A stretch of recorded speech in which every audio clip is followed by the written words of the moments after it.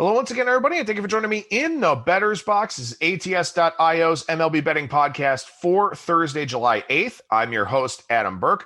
Make sure you check out the daily article over at ATS.io, landing page for my picks, some thoughts on the other games, then individual articles and previews for the games I have selected for that day. Gotten a lot of positive feedback about that new format, about the articles here. So very happy that everybody likes them and happy that things have been going a little bit better here basically since the start of June. So hopefully we can continue that over at ATS.io, but make sure you're checking back every day. Obviously next week with the All-Star game, won't have any picks Monday through Thursday. We'll do at least one edition of the Bettor's Box in that span, probably going to be Monday. I'll probably end up doing both of them, honestly, but I'm going to try to use the All-Star break to do some football stuff. Way behind on my college football prep, way behind on my NFL prep as well. So lots of stuff to do with those two sports betting markets. We'll have some content up over at ATS.io in the near future looking at college football and the NFL.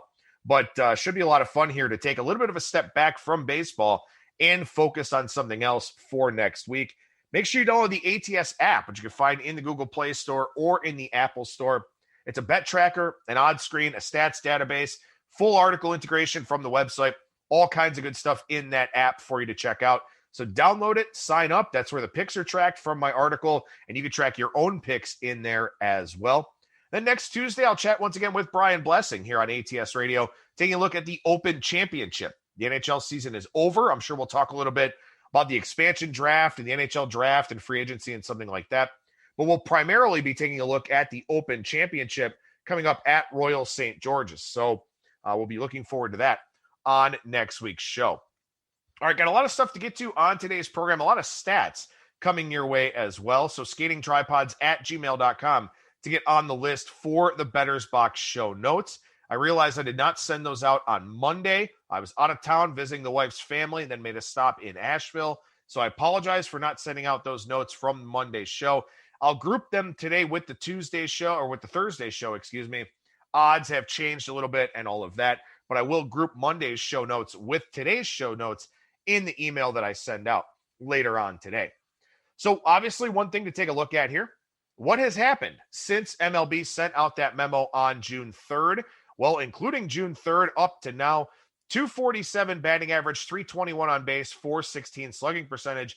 The biggest development in all of this is that the strikeout rate is down to 23.1% over the last month and 5 days or so. So it's still at 23.8% for the season, but since June 3rd, 23.1%. So that gives you an idea of how much this substance crackdown has hurt pitchers in the strikeout department with less spin. And, I know that a lot of this is, very scientific in nature to talk about and all of that, but we can see it in practice here. The impact that substances and increased spin rates have on the game of baseball. We've seen a big, huge decrease in strikeout percentage since that first memo was circulated. So this is more like what we saw with the strikeout percentage back in 2019, which potentially is when teams started kind of picking up on all of these substances and all of that. If this path continues, and I don't know if we have the sample size left in the Major League Baseball season to do this yet, but if this trend continues, we could end up with our first season without a strikeout percentage increase since 2005. 2014 and 2015 were the same at 20.4, but based on the rounding, if you look at the full number, it was higher in 2015. So this could be our first season without a strikeout rate increase, in 16 years, depending on how this continues as we go throughout the rest of the season here. Will pitchers just go back to using stuff? Will umpires continue to enforce this? There are a lot of big questions still about this substance crackdown, but the biggest takeaway here is strikeout percentage is down. That is the reason why offense is up. It doesn't really have anything to do with hitting the ball harder or anything like that. Yeah, we're seeing a few more home runs, but that's also just a byproduct of having more balls hit out into play, having more balls that, get hit as opposed to strikeouts. We still have our lowest slugging percentage since 2014, but the tide is turning here with this increase in balls in play. So We'll see what happens at the end of the year, but obviously this is something that has increased offense and presumably has worked the way that Major League Baseball wanted it to work. If we look at over-unders since June 3rd here, 235 to the over, 215 to the under, 17 pushes. So the sports books, the odds makers, the traders, all of that have done a really fine job adjusting to the increase in scoring. And here's the one that's really interesting to me. Since and including June 21st, when Major League Baseball started allowing umpires to enforce this substance crackdown to check the pitchers as they're coming off the mound and all of that, 107 to the over, 108 to the under, and 9 pushes. So the sportsbooks have done a phenomenal job adjusting to this new offensive environment. So I want to take a look at here the top 5 offenses over the last 30 days in weighted on base average, which effectively, kind of makes up basically the time since this spin rate crackdown started. The Astros tops in WOBA 365, the Angels second 357, and keep in mind still no Mike Trout for them. Blue Jays 355, Yankees 348, and Padres 344. Over the last 14 days, the Blue Jays, the best offense in baseball, 375. Padres 363 WOBA, White Sox 362 in spite of all of their injuries. Brewers, oddly enough, 361. Angels 358. The Nationals and the Yankees, the next 2 teams up here. And the reason why I wanted to bring this up is because I've talked a lot on this show in my written content about the Yankees and the Padres and about how their hard hit percentages of batted balls hit at least 95 miles per hour, were suggestive of offensive improvement. Well, that has happened here over the last month or so. Yankees and Padres both in the top 5 in weighted on base average. So this is the reason why you look at a lot of these indicators. You try to find these teams in line for positive or negative regression, and you never necessarily know exactly when it's coming, but you have a pretty good idea that it is going to come. So with the Yankees and the Padres, their offenses have finally gotten going here. And it's obviously benefited the Padres quite a bit. The Yankees still finding different ways to lose games, but it is one of those things that you do want to take a very close look at, trying to find some of these positive regression indicators out there in the betting markets. And the interesting thing to me is that the Padres have gotten better offensively, have been a top 5 offense over the last 30 days, but they are still 28th in batting average and weighted on base average on batted balls of 95 plus miles per hour. So the offense has gotten better, and I think there is still more room for it to grow. So the Padres are still a team I'm looking at very closely here for some upgrades on the offensive side. And I figured today, since I'm kind of talking about things in that breath, figure it would be a good idea to talk about the teams and their performances on high velocity contact here to see if we can find any other outliers that should get better as we move forward here. So batting average on batted balls of 95 plus miles per hour. The Reds lead the league at 533. Angels are second, 526. Orioles, 525. Red Sox, 522. The Blue Jays and the Phillies at 517. League average for this is around 490. I actually didn't look at it here this morning. Shame on me for that. League average around 490, 493, somewhere in that range for batting average on batted balls of 95 plus miles per hour, which is what makes the Royals so interesting at 449. They are a positive regression candidate. Now, they don't make a ton of high velocity contact, but they've had virtually no success with the high velocity contact that they have made. So they are dead last at 449, 18 points lower than the Pittsburgh Pirates at 467. Padres 470, as I mentioned, 28th in batting average for them on batted balls of 95 plus miles per hour. The Indians 474 and the Cubs 476, making an appearance here in the bottom 5. The Royals are not a good offensive team, but they should not be 18 points lower than anybody else in the league. So they are an offense that should get better here as we go forward. We'll see if it happens this weekend against the Indians pitching staff. We'll see if it happens after the All-Star break. But the Royals are a significant outlier, being 18 points lower than anybody else. That is an offense that I would expect some degree of positive regression from here as we go forward. And we have actually seen some money on the Royals here lately, which, may be kind of an indicator of some better fortunes ahead. Weighted on base average on batted balls of 95 plus miles per hour. The Angels, tops in the league at 681. Very good offense for them this season. And again, as I mentioned, no Mike Trout, and Anthony Rendon has not been himself this season either. Giants at 679, Reds 668, the Blue Jays and the Twins both at 652 in the WOBA department. League average around 610, 615 in that range. The Royals 546, 26 points lower than the Pittsburgh Pirates at 572. So again, an example here to say that the Royals should get better offensively. They should have better fortunes on their quality contact. Whether you're playing on the Royals or looking to play over in Royals games, I do think this offense, just simply by default, simply by regression to the mean, should get better here as we go forward. The Pirates at 572, Padres 579, Nationals 587, and then the Cardinals at 589. So those are your bottom five teams in weighted on base average. And again, I think both the Padres and the Nationals should get better in this department. So two play-on offenses right now, as far as I'm concerned. The Royals also a play-on offense. I don't really see any negative regression indicators. Maybe the Angels, just because I don't know if their true talent level is that good. But other than that, I'm looking at more.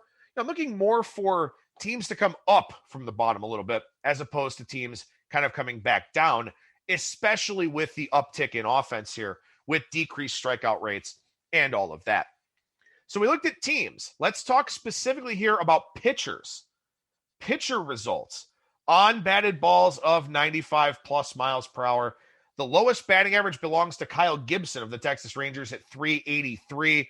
And then you've got to jump 15 points to Anthony DeSclafani of the Giants at 398. And DeSclafani is a guy that has allowed a fair amount of hard contact this season. His hard hit percentage up in the low 40s. So DeSclafani is a play against guy in some ways. So I will look to try to play against him against good offenses here after the All-Star break and potentially even this weekend as the Giants take on the Nationals. Ian Anderson next at 404, Walker Buehler 409, Marcus Stroman 415, Jose Barrios at 430, Aaron Savale 431, Casey Mize of the Tigers 438, Trevor Bauer 444, although who knows when he'll pitch again, Jose Urena 445, and then Adam Wainwright and Cole Irvin both at 447. But the primary takeaway here, DeSclafani is a regression candidate. Kyle Gibson also a regression candidate. And let's go to the lowest WOBA, weighted on base average, on batted balls of 95 plus miles per hour. Marcus Stroman is number one at 458. Kyle Gibson, 458. Anthony DeSclafani, 468. Ian Anderson, 495. Walker Buehler, 512. Carlos Martinez is an interesting one with his ERA up in the sixes at 523. Cole Irvin, 526. Zach Davies, 532. Sandy Alcantara and Jose Urena, 536. So three guys that I will be looking to fade as we come out of the All-Star break are Kyle Gibson, Anthony DeSclafani, and Marcus Stroman. And I'll even add a fourth to that list, Cole Irvin. So I'm looking for chances, opportunities to go against Kyle Gibson, Anthony DeSclafani, Marcus Stroman, and Cole Irvin based on their results against on high velocity contact. And specifically looking at DeSclafani and Stroman, guys that are up in the 40% plus range for their hard hit percentages. They are allowing a pretty high and above average amount of hard contact, but they're having really good outcomes and results on those batted balls. So primarily DeSclafani and Stroman, two guys I am looking to go against here in the near future. And by the way, Marcus Stroman also has the biggest gap in actual WOBA compared to expected WOBA, a difference of 65 points. So Stroman across the board is a negative regression candidate. I also think guys like DeSclafani and Irvin and Kyle Gibson fall into that group as well. So I will be actively looking either this weekend or coming out of the All-Star break to try and fade those guys here and hope that some regression to the mean takes place with their results on high velocity contact. The highest batting average against batted balls of 95 plus miles per hour. And by the way, this is a minimum of 100 results. So at least 100 batted balls of 95 plus miles per hour. I wanted to take relievers and small sample size guys out of the equation and all of that. Jordan Lyles, 598, the highest batting average allowed on batted balls of 95 plus miles per hour. Jorge Lopez, 594. Justice Sheffield, 583. Jay Happ, 568. Mike Foltynewicz at 550. Also Aaron Nola at 550. Merrill Kelly, 546. Kyle Hendricks, 544. Mike Minor at 542. And then Jake Arrieta at 540. You know my thoughts on Arrieta. I don't think he's any good. Jordan Lyles is not good either. Jorge Lopez, I've been trying to find spots to back, but it's been very difficult. His command profile still not all that awesome. But as we look at the highest WOBAs allowed here, Jay Happ, 751. Kyle Hendricks, 736. Mike Foltynewicz, 720. Jordan Lyles, 716. Mike Minor, 715. Same thing for Jorge Lopez. Justice Sheffield, 703. Aaron Nola, 695. Jake Arrieta, 679. And Robbie Ray, 671. So the positive regression guys I will be looking to back either this weekend or after the All-Star break. Aaron Nola, 100% one of them. Merrill Kelly is another. I've been trying to look at him a lot. I played a couple of unders in his starts recently. It's hard to bet on the Diamondbacks, as we know, but I've played some unders in Merrill Kelly's starts that have come through. So he's another one. And then also Kyle Hendricks. I mean, Kyle Hendricks' command is just too good to be this bad. Maybe the All-Star break kind of reshuffles the deck for him a little bit. So the fade guys, the negative regression guys, Kyle Gibson, Anthony DeSclafani, Marcus Stroman, Cole Irvin. The positive regression guys, the guys I want to play on, Aaron Nola, Merrill Kelly, Kyle Hendricks, and also to a degree, Mike Minor here. And I think Mike Minor taking some money in his last start against the Reds, kind of indicative of the fact that the market has sort of picked up on him as well. skatingtripods@gmail.com to get the notes for the Bettor's Box shows. Highly encourage you to do that. I'll talk next week about some alternate season win totals as those get posted and kind of start to preview the second half of the season on those two shows. The Down the Line segment here. Didn't do this on Monday because I looked at the futures markets. I also did the show from out of town. I wanted to get through it in a reasonable amount of time. So fortunately, I was able to do that, taking a look at the futures stuff. But Monday, we saw a fade of Walker Buehler. Now remember, Walker Buehler on high velocity contact. He shows up with the fourth lowest batting average and the fifth lowest WOBA. So a WOBA and ex-WOBA difference there for him. Dodgers taking on Trevor Rogers and the Marlins. Dodgers don't hit lefties. Marlins a positive regression candidate. A lot of things coming together in that handicap, and the Marlins did wind up winning that game. So money on the Braves on Monday and Tuesday in their series against the Pirates. First, it was Max Fried on Monday. It was Ian Anderson on Tuesday, and the Braves lost both of those games. On Wednesday, the market was against Drew Smyly and the Braves, and the Braves won that game. So the Braves have been a very frustrating team for a lot of bettors out there, to say the least, and that continued here this week with that performance against the Pirates.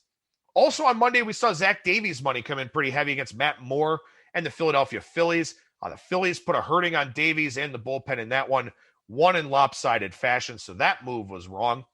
Martin Perez took money for the Red Sox against Jose Suarez and the Angels on Monday night. The Angels, very good offensive team, some questions on the pitching side. Money coming in on Boston in that one and on Martin Perez. Martin Perez, one of those guys where when money comes in on him, you take notice because he's a guy that the market generally doesn't love a whole lot, but they bet on him there in that game on Monday. And as I mentioned, Mike Minor took some Royals money on Monday. That was once again a road fade of the Cincinnati Reds and their big splits, but a pretty telling move there, given how bad the Royals have been here over the last couple of months. Tuesday, we saw Aaron Nola money come in against Jake Arrieta and the Cubs. An easy winner there. Rough first inning for Nola. Not nearly as rough as, Nola's first inning was fine. I'm thinking of the other game that Arrieta was in against the Brewers. But Arrieta gave up a grand slam in the first inning, did not pitch well yet again. Premier fade guy. I'm very upset with myself that I didn't take Philadelphia in that game on Tuesday. Also on Tuesday, we saw the Rockies road fade. That was John Gray and the aforementioned Merrill Kelly. Had the under in that one, been trying to find ways to back Kelly without betting on the Diamondbacks. Kelly pitched well. He's upping his trade value quite a bit. We'll see if he gets dealt here after the All-Star break. Mild fade of Adam Wainwright on Tuesday. I was on the Giants in this one. The market does not really like Johnny Cueto, but trying to fade Wainwright on the road hasn't worked out the last couple of times I've done it. But, still something that when you look at the splits for Wainwright, something you do have to pay a lot of attention to. We saw a fade of Ryan Weathers on Tuesday night for the Padres. That line went down about 20 cents across the board against the Washington Nationals. It was actually Eric Fetty in that one for the Nationals, but that was a fade of Weathers. Big ERA and FIP discrepancy, WOBA and ex-WOBA discrepancy, all of that. Anytime Ryan Weathers takes the mound, he will have money bet against him unless he's facing some god-awful team. So if you want to fade Weathers in the Padres, you got to do it early to try and get some of that line equity. We saw money on Tuesday on Jameson Taillon and the New York Yankees against Justice Sheffield and the Mariners. Big lopsided win. The money was definitely right on that one with the Yankees. Justice Sheffield, a guy that just has not had good command this season at all whatsoever.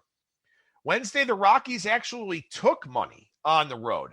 That was Antonio Senzatella and Humberto Castellanos for the Diamondbacks, and the Rockies took road money and lost that game anyway. So they've now lost a series against the Diamondbacks, who just won consecutive games for the first time in almost 2 months. Eduardo Rodriguez took money on Wednesday for the Red Sox. That was an ERA and FIP move. Rodriguez, big ERA, lower FIP, bad luck in the first inning. 3 softly hit balls wound up leading to a couple of runs. This guy has just had no luck this season at all whatsoever, but money will come in on him a lot. So if you like the Red Sox when Rodriguez is pitching, that's a game you want to jump in on early on. So money on the over in the Blue Jays-Orioles game. That was Hyunjin Ryu and Matt Harvey. Total went from 10 to 11. We got 10.5. Game lands 12. So every number wins on that total. Ryu actually pitched pretty well, but he has been struggling here of late. And the market kind of looking to go against him as well with a line move there on Matt Harvey. So keep an eye out for that. Hyunjin Ryu, I think, needs the All-Star break. I think a lot of guys need the All-Star break to kind of get refreshed and all of that. We'll see how Ryu pitches coming out of that, but he has really struggled here of late. The Astros took money on Wednesday. Sean Manaea, Luis Garcia in that one. The A's just cannot beat Houston. And here on Thursday, seeing money on the Astros as well for the day game series finale with Frankie Montas and Lance McCullers. Astros taking a lot of money, frankly, in the marketplace right now, and deservedly so because of how well they've played here of late. Lastly, on Wednesday, the Royals taking money again. That was Brady Singer against the Reds and Sonny Gray. Fade of the Reds on the road didn't work out in either one of those games. Royals not really rewarding bettors right now, but a line movement in tonight's game against the Indians with Danny Duffy and Zach Plesac. I'm actually on the Indians in this one. Plesac is only going to throw 60 pitches, but Danny Duffy is only going to be around 70 or 75 himself. This will become a bullpen game. The Indians' bullpen is significantly better than the Royals' bullpen. So I'm on the Indians here for today, going against the grain of that line move. Also, one other move of note here today, Yu Darvish and the Padres taking money against the Nationals and Max Scherzer. I'm on Scherzer and the Nats for the first 5. I'm not messing with the bullpen. Darvish has not been quite as effective here of late with some spin rate decreases. So figured I would go ahead and take a shot with the Nationals and Scherzer early on in that one. Now, as far as a weekend preview goes, I want to throw this out there to you first. Generally speaking, prior to the All-Star break, can be a difficult time to bet. This last round of games right before the break can be very challenging. A few things to keep in mind, and these are things that kind of fit across all sports, but I think also apply to Major League Baseball. Veteran teams typically show up. They generally play well. They believe in the value of kind of stealing some wins and stuff like that. So look for veteran teams to play well this weekend. Younger teams, guys are looking forward to vacations or just, downtime to be gaming or something like that, whatever. Veteran teams know the value of these last few games. So they will try their best to get victories if they can, make things look a little bit better on the stat sheet. And of course, too, keep in mind that the trade deadline, 23 days away. You want to be able to show your front office, hey, we're good. Get us some help. We're good, but we want to be great. So veteran teams usually show up and play pretty well going into the All-Star break. Also, as a general rule, teams that have been playing well keep playing well, and teams that have been playing bad keep playing bad. If you're a bad team, if things aren't going well for you, everything's kind of snowballing, all you sit there and think about is, man, we get 4 days off next week. I can't wait. So generally, teams that have some momentum rolling, some positivity, keep playing well. Teams that don't play well, which makes it kind of interesting that I'm taking the Indians today who are not playing well, but there is a method to that madness, and I'll talk about that here in a second. Keep in mind as well that on Sunday, and I probably won't bet anything on Sunday, I do not like the day before the All-Star break. Some All-Stars will get a day off on Sunday. There will be some key players missing from the lineup, missing from the bullpen, something like that, just simply because the managers know that going to the All-Star game is not a break at all. You fly out on Sunday with your family. This year it's in Denver, so you get to go deal with the elevation and all of that. Monday, you get the festivities with the All-Star, the home run derby, and all that kind of thing. Tuesday is the game. Wednesday, you're traveling back from Denver to your home city. And then Thursday, you're getting ready to play again. So sometimes managers will give guys that day off before the All-Star break. So keep that in mind. That will have an impact on some of the lines that are out there, because if you take a star player out of the lineup, that will shift the line to a degree. So there is something like that, too, that I worry about on Sunday. Probably not going to have any plays on Sunday, but, we'll, of course, see what the card winds up offering us. And just overall, see if you can try to isolate motivation. The teams that want to be there on Sunday, the teams that don't, the teams that are engaged, the teams that aren't. This is a little bit less about the stats this weekend than normal, because you just have some guys that, are just thinking about what they're going to do on their breaks with their little vacations or whatever else. These guys, look, last year in the 60-game sample, they weren't allowed to do anything. They couldn't do anything to put themselves at risk. Early on in the season, you still had a lot of COVID protocols. Now you've got a lot of teams that have reached the vaccination thresholds and all of that. These are guys with a lot of money, a lot of disposable income that haven't really been able to do anything to spend it. So guys will take vacations during the break. Guys will get away from it all. So look, you think about your performance at work when you've got something on the horizon that you're excited about. It's going to be the same thing for some of these baseball players. So that's why you kind of look more at the veteran teams, guys that understand, the importance of every day of the season and all of that. I think you tread lighter than usual, but if there are some opportunities that are out there, don't hesitate to take advantage of them if you think there's something that sets up really, really well for you. So as I mentioned here, the Royals and the Indians. Danny Duffy, Zach Plesac tonight, Brad Keller, and to be determined tomorrow. Mike Minor and Eli Morgan on Saturday, Chris Bubik and Cal Quantrill coming up on Sunday. I expect the Indians to play hard and try hard here. Terry Francona, as much as I don't like him, as much as I don't believe in his in-game managerial skills or anything like that, typically tends to be kind of a master motivator, a guy that players want to play for, all of that. So I think that there's a possibility that the Indians do kind of rebound here a little bit. But more than just those narratives, look, they just played the Rays and the Astros. And frankly, the Tigers are a pretty good team right now, too. So now they're playing the Royals, a team that is below them, a team beneath them. It is hard to find teams beneath the Indians right now, but the Royals are one of them. And that's why I took Cleveland today, because this is a huge step down in class. They're 27-17 against teams with losing records this year, and now they finally get another one. And they got to pad their record a little bit playing the Orioles and the Pirates and the Cardinals and some of these other teams that were scuffling quite a bit. The Royals, look, the Royals are a team that was in first place on May 8th. They are 15 games out now. That's how bad they've played over the last 2 months. So this is a big step down in class for the Indians. I think these are games that they should win. I think they should end the losing streak tonight, weather permitting, because it's raining like hell right now.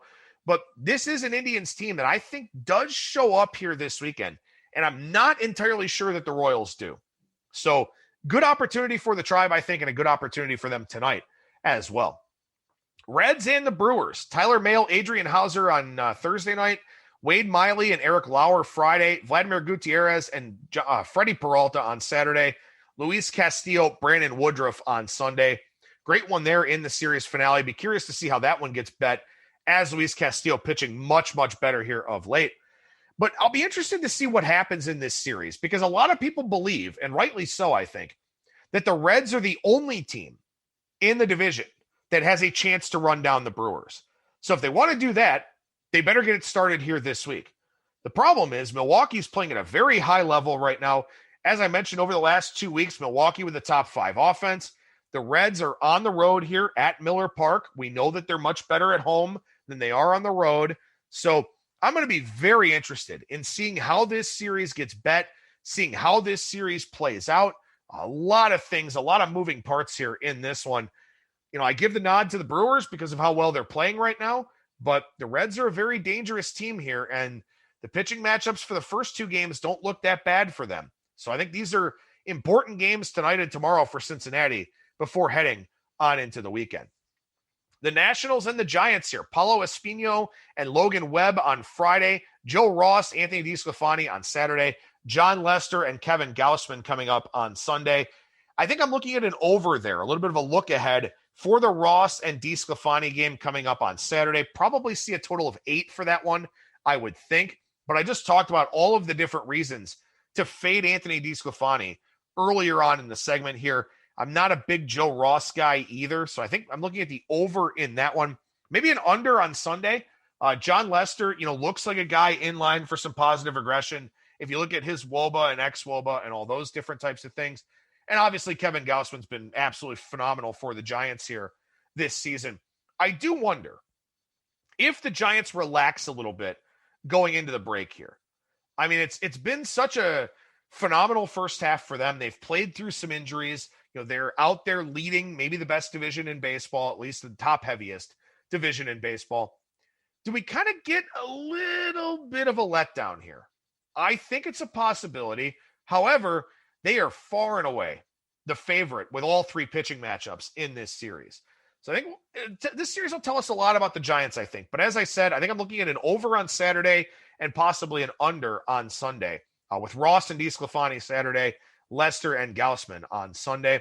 And lastly here, we'll run back the AL East series between the Blue Jays and the Rays. Ross Stripling, Shane McClanahan Friday, Robbie Ray, Ryan Yarbrough Saturday, Steven Matz and Rich Hill on Sunday. Toronto going down to the Trop. Not a great place to hit. Toronto's offense has been very good here of late, but now they head down to Tampa Bay where offense is generally at a premium. Are they going to be able to pitch with the Rays? Will the Rays get their pitching figured out? Shane McClanahan, he's kind of struggled a little bit here. Rich Hill has struggled. 3 lefties in this series for the Rays against the Blue Jays. So interesting series. A lot of left-handed starters actually across this one. Not sure if I'll have a ton of bets in this series, but I think it is one that could kind of set the tone for the second half of the season there in the American League East. So as I said, skatingtripods@gmail.com to get on the list for the Bettor's Box show notes. And I will package Monday's notes with today's Thursday email. So you can check that out later on in your email inbox. Make sure you check out all the great content over at ATS.io. Download the ATS app as well.